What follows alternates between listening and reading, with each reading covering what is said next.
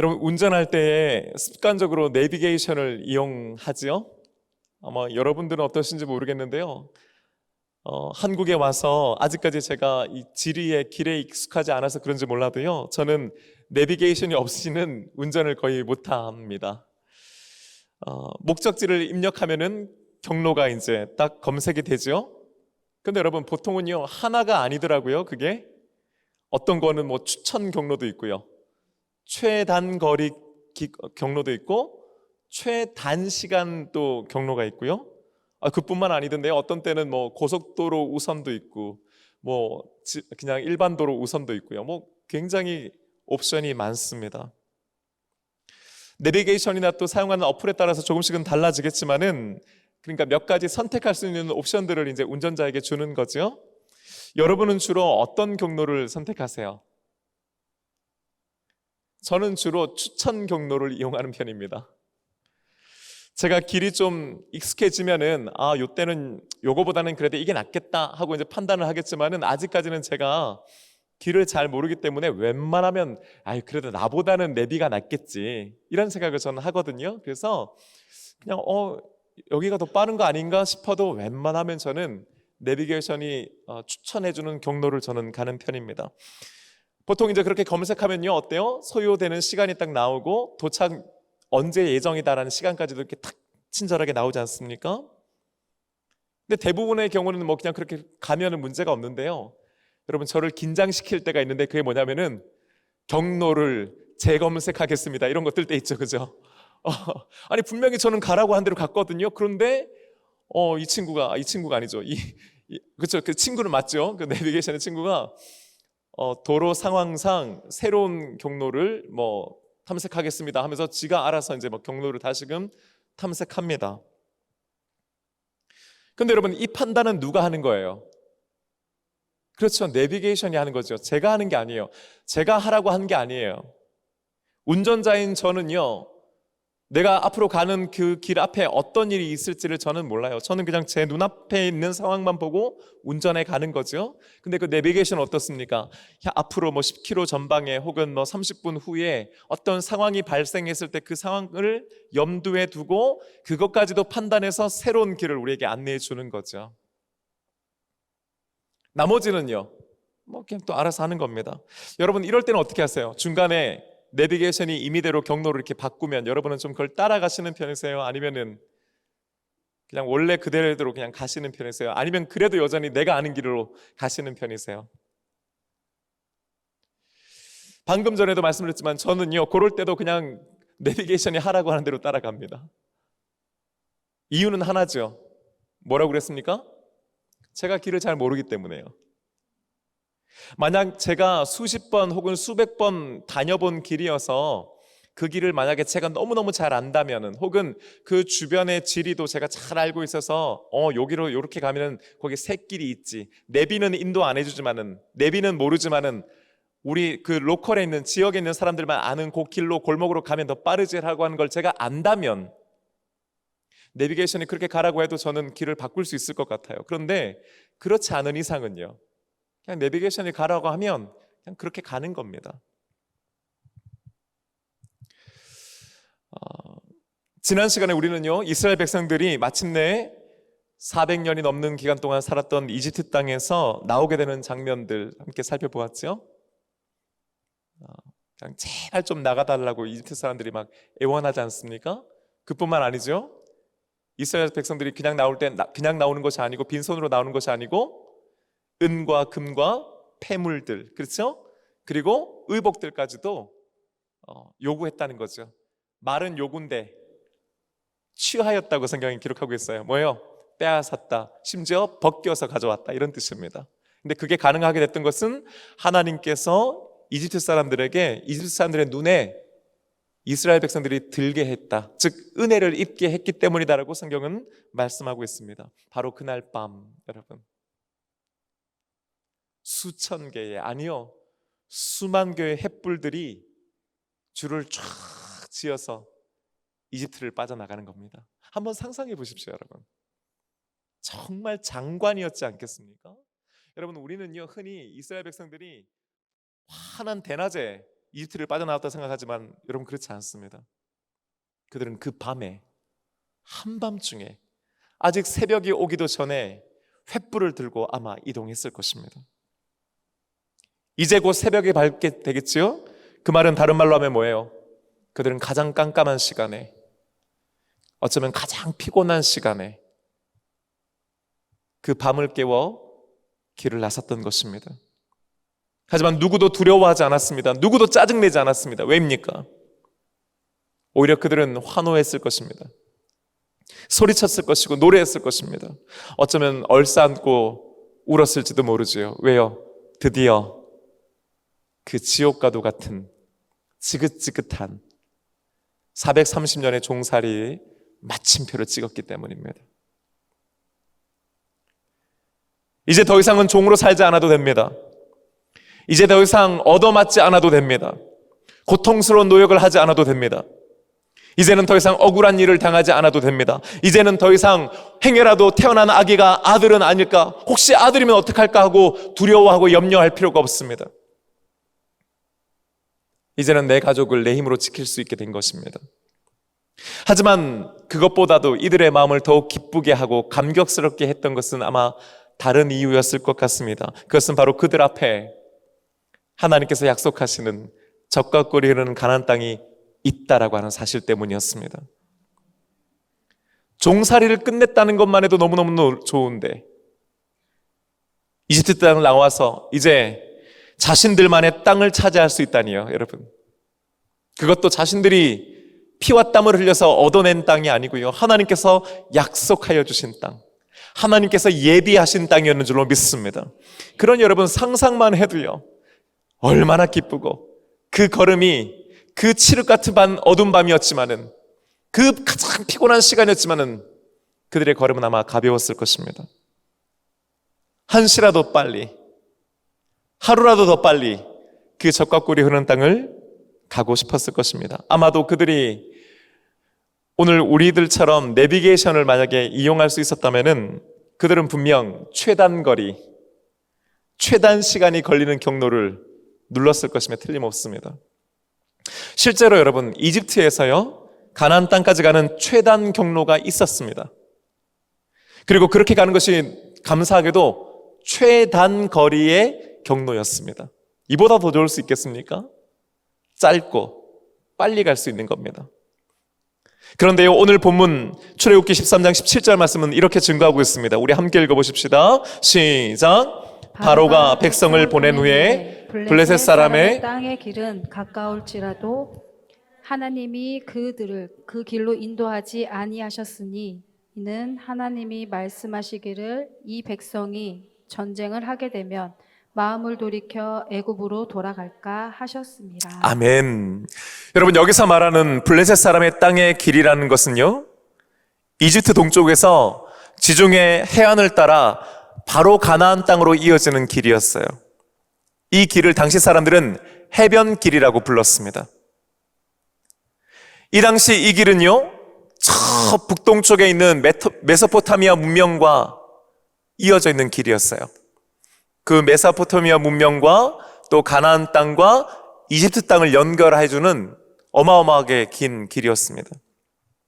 물론 오늘날처럼 제대로 포장이 된 그런 길은 아니었지요.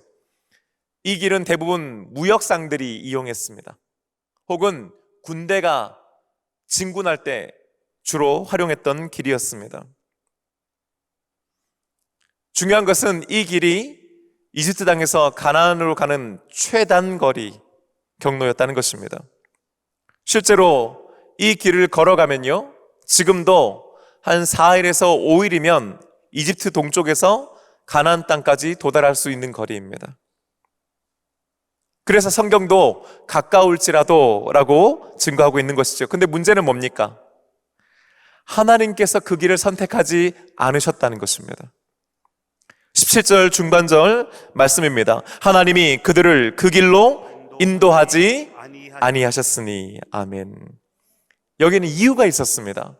17절 하반절의 말씀입니다. 함께 읽겠습니다. 시작. 이는 하나님이 말씀하시기를 이 백성이 전쟁을 하게 되면 마음을 돌이켜 애굽으로 돌아갈까 하셨습니다.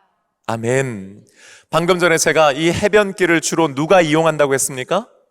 무역상들 혹은 군대가 이용한다고 했죠. 이 말은 무슨 뜻이에요? 그렇죠. 이 무역상들을 노리는 약탈꾼들 혹은 우리로 치면 갱단들, 무장 세력들이 곳곳에 도사리고 있었다는 말입니다. 뿐만 아니죠. 이곳은요, 주로 군대가 이동하는 길이었기 때문에 여러 많은 방어 진지와 요새들이 자리 잡고 있었습니다.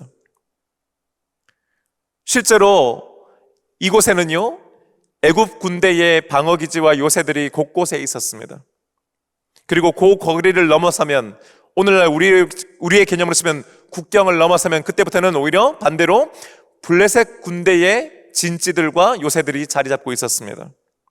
한마디로 최단 경로인 건 맞는데 그만큼 위험한 경로이기도 했다는 뜻이죠. 여러분 한번 생각해 보십시오. 지금 이스라엘 백성들은 수십만, 수백만의 인원들이 지금 이동합니다. 이들은 아직까지 제대로 된 조직이나 또 시스템을 갖추지 못했습니다. 마땅히 훈련받은 군대도 존재하지 않습니다. 노인들과 아이들도 많았습니다. 게다가 이들은 이제 막 이집트 사람으로부터 뺏은 금과 은과 폐물들 그리고 의복들을 한가득 가지고 있지 않았습니까? 이들이 만약 그 해변길을 따라서 이동했다면 어떤 일이 벌어졌을까요? 우선은 그 애굽 탈출을 막으려고 하는 이집트 군대와 마주쳐야 했을 것입니다. 만약 그렇게 된다면요, 이스라엘 백성들이 엄청난 타격을 받게 될 것은 자명한 일이었습니다. 어떻게 운이 좋게 그 이집트 군대를 따돌렸다가 치십시다. 이집트 국경을 벗어나면 이제부터는 누구를 마주하게 되는 거예요? 블레셋 군대를 마주하게 되는 거예요. 왜요? 그 많은 사람들이 가나안 땅으로 진군하는 것을 블레셋 군대들과 가만히 보고 있지는 않을 것이기 때문입니다. 아직까지 제대로 된 군대도 갖추지 못했고 훈련도 조직도 받지 못한 이들이 가나안 땅에 도착하기도 전에 아마 모두 다 몰살당하거나 혹은 포기해야만 했을 것입니다. 그렇게 되면 어떻게 되는 거예요? 마음을 돌이켜 애굽으로 돌아가자. 하나님께서는 이미 그것을 알고 계셨던 것입니다. 그래서 하나님께서 선택하신 방법이 뭐였습니까? 18절 말씀입니다. 우리 함께 읽겠습니다. 시작. 그러므로 하나님이 홍해와 길로 돌려 백성을 인도하시매. 아멘. 하나님이 홍해의 광야길로 돌려라고 했어요. 여러분 여기서 이 돌린다라고 하는 말이요, 히브리어 원문 그대로의 의미를 좀 충실하게 살피면 이런 의미예요. 삥 둘러가게 하다, 이런 뜻이에요. 그냥 조금 수정하는 게 아니에요. 이렇게 가는데 조금 돌아가지 이게 아니고 일부러 삥 돌린단 말이에요. 돌린단 말이에요. 이게 바로 돌려의 의미예요. 왜 이렇게 하시는 겁니까? 해변길보다도 우회하지만은 좀 거리는 멀어지고 따라서 시간은 더 걸리겠지만은 그 길이 상대적으로 안전한 길이었기 때문입니다. 그러니까 최단 경로는 아니에요. 하지만 최적화된 경로를 하나님께서 선택하시는 것입니다. 사랑하는 여러분, 여기서 우리가요 한 가지 생각해 봐야 되는 것이 있습니다. 이스라엘 백성들이 이에 대해서 어떻게 반응하느냐는 거예요. 불평불만했습니까? 하나님께 아니 왜 이 길이 있는데 놔두고 이 길로 갑니까? 따졌습니까? 아니면 하나님을 원망했나요?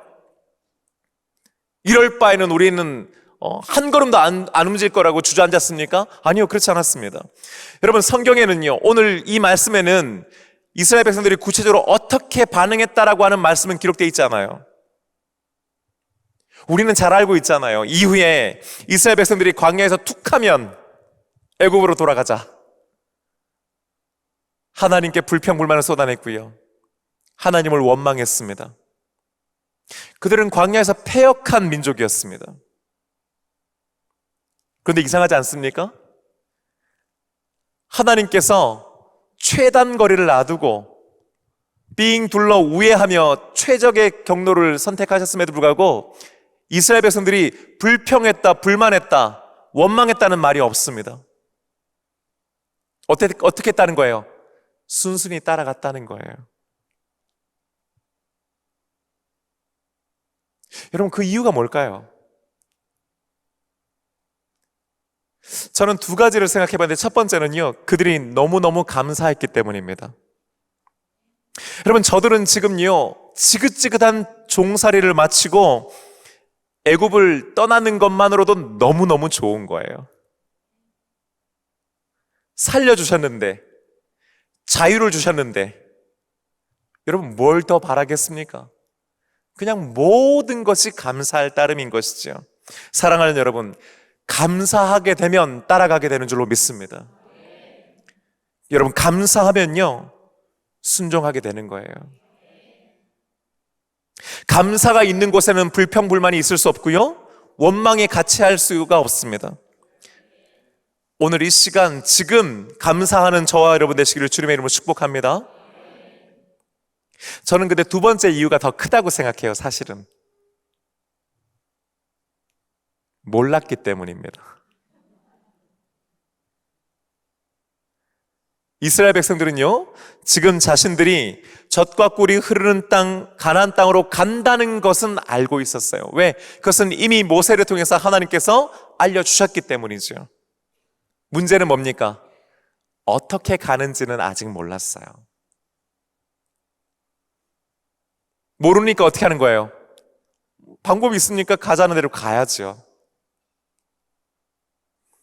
해변길이 어떤 길인지, 또 글로 가면 얼마가 걸리는지, 또 그쪽으로 가게 되면 어떤 일이 일어나게 될지를 그들은 몰라요. 당연히 홍해의 광야길도 모르지요. 그 길이 광야로 들어서는 길이요, 사실은 해변길에 비하면 훨씬 돌아가는 길인지도 그들은 알지 못하는 겁니다. 여러분, 그런데 몰랐기 때문에, 모르기 때문에 하나님께서 가자고 하는 대로 그들은 갈 수밖에 없었던 거예요. 여러분, 이것이 의미하는 바가 뭡니까? 우리들은요, 내가 안다고 생각하면 내가 아는 길로 가려고 해요.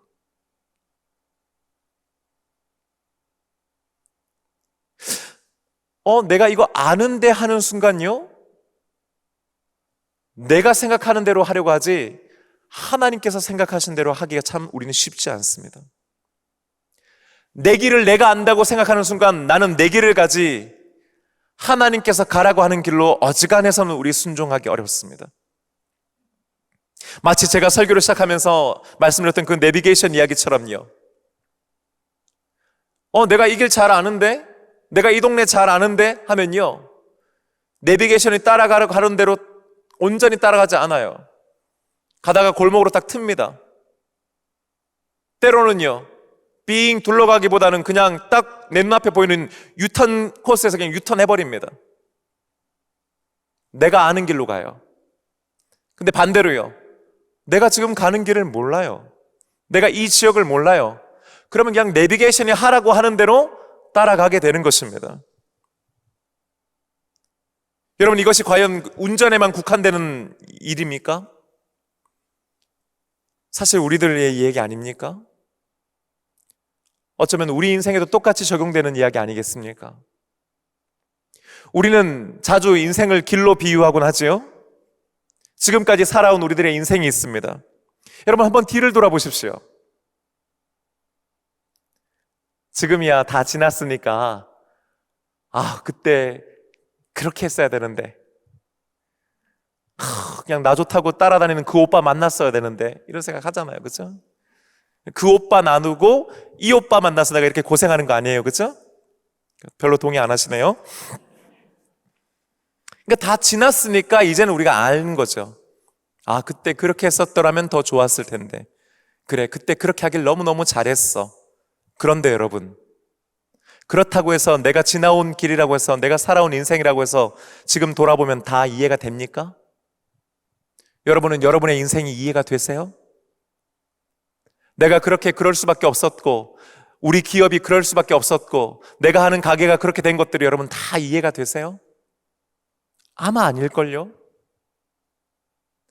분명히 내가 고민했고, 내가 선택했고, 내가 살아냈음에도 불구하고 여전히요, 뒤를 돌아보아도 지나갔음에도 불구하고 여전히 내 인생에는 이해 안 되는 것들이 훨씬 더 많습니다. 이미 지나간 과거이고 내가 경험하고 살았음에도 불구하고 이해가 안 되는데 앞으로 다가올 내일이 여러분 이해가 됩니까? 우리가 앞으로 닥칠 일들을 알 수 있습니까? 한치 앞으로 알지 못하는 것이 우리의 인생 아니겠습니까? 여러분, 그렇다면 어떻게 해야 됩니까? 모른다는 사실을 인정해야 하는 것입니다. 그 대신 나를 만드셨고 나를 안고 품고 업으시는 하나님을 의지해야 하는 줄로 믿습니다. 하나님의 안내를 받아야 되는 거예요. 순순히 따라가야 하는 줄로 믿습니다. 여러분, 전도서 7장 14절의 말씀 우리 함께 읽어보겠습니다. 시작. 형통한 날에는 기뻐하고 곤고한 날에는 되돌아 보아라. 이 두 가지를 하나님이 병행하게 하사 사람이 그의 장래의 일을 능히 헤아려 알지 못하게 하셨느니라. 아멘. 여러분, 우리는 우리 인생에 왜 형통한 날이 오는지 혹은 우리가 원치 아니하는 공고한 날이 오는지를 알지 못합니다. 열심히 살았음에도 불구하고 열심히 살았다고 잘 되는 게 아니더라는 거죠. 때로는요, 나는 의도하지 않았는데도 대박이 나는 게 우리의 인생이에요. 성경은요, 이런 형통한 날과 곤고한 날이 번갈아 가면서 온다고 말씀합니다. 여러분, 그 어떤 인생도요, 항상 형통하지 않습니다. 반대로요, 그 어떠한 사람도 늘 언제나 곤고한 건 아닙니다.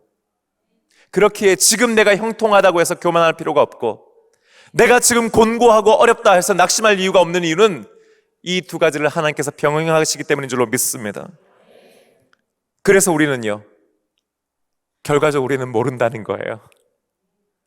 왜 형통한 날이 오는지, 왜 곤고함이 찾아오는지도 모르고, 왜 이 두 가지가 병행하여 오는지도 여전히 우리는 알지 못한다는 것이지요. 그렇다면 어떻게 해야 합니까? 그때마다 우리의 모름을 인정하고 하나님께서 아심을 인정해야 하는 줄로 믿습니다. 하나님을 의지하고 하나님께 내 나를 맡겨드리는 것입니다. 우리는 늘 언제나 인생에 어떤 최단 경로가 있지는 않을까를 찾습니다. 이왕이면 그 인생의 목표를 빨리 이루기를 원합니다. 하지만 여러분, 하나님의 관심사는 우리가 얼마나 빨리 가느냐, 그리고 최단 거리로 가느냐에 있지 아니하고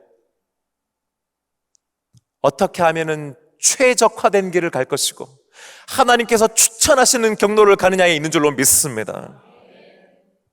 그리고 하나님께서는 분명 저와 여러분을 가장 좋은 길로, 최적의 경로로 인도하시고 계시는 줄로 믿어야 할 줄로 믿습니다. 여러분, 20절 말씀 함께 읽어보십시다. 시작. 그들이 숲곳을 떠나서 광야 끝 에담의 장막을 치니. 아멘. 애굽을 나온 이스라엘 백성들이 걸어갑니다. 그리고 제일 먼저 숲곳이라고 하는 곳에 한번 머물러요. 이 숲곳을 떠나서 할 때 이 떠나서라는 말은요, 이제 우리로 치면 천막을 걷다 이런 뜻입니다. 그러니까 무슨 말이냐면은 이미 거기서 한번 천막을 쳤다는 뜻이죠. 그것이 하루를 그냥 꼬박 샌 건지 아니면 뜨거운 날씨를 피해서 잠시 머물렀는지는 알 수 없지만은 그곳에서 이미 한번 천막을 쳤습니다. 자, 그리고 계속해서 걸어 광야 끝 에돔에 도착하고 거기서 장막을 칩니다. 무슨 말이냐면은 거기서는 진짜 하루 오버나이트, 하루를 진짜 온전히 머문다는 뜻이에요. 그런데 여러분, 이 에담이라고 하는 것을 성경은 이렇게 부연 설명합니다. 광야 끝 에담. 이 말은요, 한글 성경으로 보면은 우리가 좀 오해할 수 있는데, 이스라엘 백성들이 하루 종일 그 광야를 걸어서 마침내 그 광야를 다 통과해서 그 광야의 끝에 에돔이 있구나라고 생각하는데요, 여러분, 그렇지 않고요, 오히려 정반대예요. 광야를 중심으로 놓고 에담은요 그 맨 가에, 바꿔 말하면 뭐예요? 이들이 이제 막 광야로 접어드는 지점에 도착했다 이 말이에요. 즉 에담을 넘어서면 바로 광야가 시작된다 이 말입니다. 에담의 장막을 쳤으니까요, 이제 내일 아침부터는요 어떻게 되는 거예요? 본격적으로 광야를 걷기 시작하는 겁니다. 이제부터는 진짜 힘들고 어려운 코스가 시작된다 이 말이에요. 한마디로 말하면 실제로 이 에담이라고 하는 지명은요 맹수가 있는 곳이란 뜻입니다. 생각해 보세요. 바로 어제까지 이스라엘 백성들이 머물렀던 곳은요 이집트 땅이었습니다. 물론 거기도 사막이 있고 척박한 곳이 있지만은 기본적으로 이집트 땅은 여러분 나일강 유역을 기점으로 해서 풍요롭고 푸른 땅이에요. 게다가 그들이 머물렀던 람셋이라고 하는 곳은요 목초지가 드넓어서 양떼를 키우기에 적합한 곳이었습니다. 푸른 땅에 살았던 사람들이에요. 비록 노예들이었지만은. 그런데 그들이 걸어서 도착한 곳은요 이제 광야가 시작되는 지점이고 맹수들이 있는 땅입니다. 얼마나 불안했겠습니까? 얼마나 두려웠겠습니까? 그런데 여러분 21절 말씀 함께 읽으십시다. 시작. 여호와께서 그들 앞에서 가시며 낮에는 구름 기둥으로 그들의 길을 인도하시고 밤에는 불 기둥을 그들에게 비추사 낮이나 밤이나 진행하게 하시니. 할렐루야. 아멘. 놀랍게도 하나님께서 바로 그 지점부터 광야 끝 에담부터 앞에 가신다고 말씀하는 줄로 믿습니다. 그리고 그것을 그냥 말로가 아니라 구체적으로 보여주시기 위해 낮에는 구름 기둥으로 그들을 인도하시고 밤에는 불 기둥으로 그들을 비춰주신 줄로 믿습니다. 저들은 지금 에담에 있습니다. 광야의 시작이고 맹수가 있는 땅이지요. 하지만 그들은 두려워하지 않습니다. 그들은 장막 안에서 편안히 그날 하루를 마무리하고 내일을 준비합니다. 왜입니까? 하나님께서 앞서 가시기 때문인 줄로 믿습니다. 바로 거기서부터 낮에는 구름 기둥으로 밤에는 불 기둥으로 함께 해주시기 때문인 줄로 믿습니다. 이후에 그들은 광야에서 40년이 넘는 시간을 보내야 했습니다. 그 기간 동안에 얼마나 많은 일들이 있었습니까? 얼마나 많은 불순종과 얼마나 많은 패악이 있었습니까? 얼마나 하나님을 많이 실망시켰습니까? 그들은 그럼에도 불구하고 망하지 않았습니다. 왜입니까? 하나님께서 항상 그럼에도 불구하고 그들의 앞서 가주셨기 때문인 줄로 믿습니다. 심지어 그들이 시내산에서 금송아지 우상을 만들고 뛰놀던 바로 그날에도, 바로 그 시간에도 놀랍게도 구름 기둥과 불 기둥은 그들을 떠나지 않았기 때문입니다. 22절 말씀 우리 함께 읽으십시다. 시작. 낮에는 구름 기둥 밤에는 불 기둥이 백성 앞에서 떠나지 아니하니라. 떠나지 아니하니라 하는 거예요.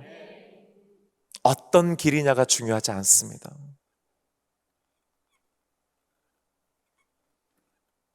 짧으냐 빠르냐가 중요하지 않습니다. 그 길이 얼마나 편안한 길이냐가 중요하지 않습니다. 형통한 날이냐 곤고한 날이냐가 중요한 것이 아닙니다.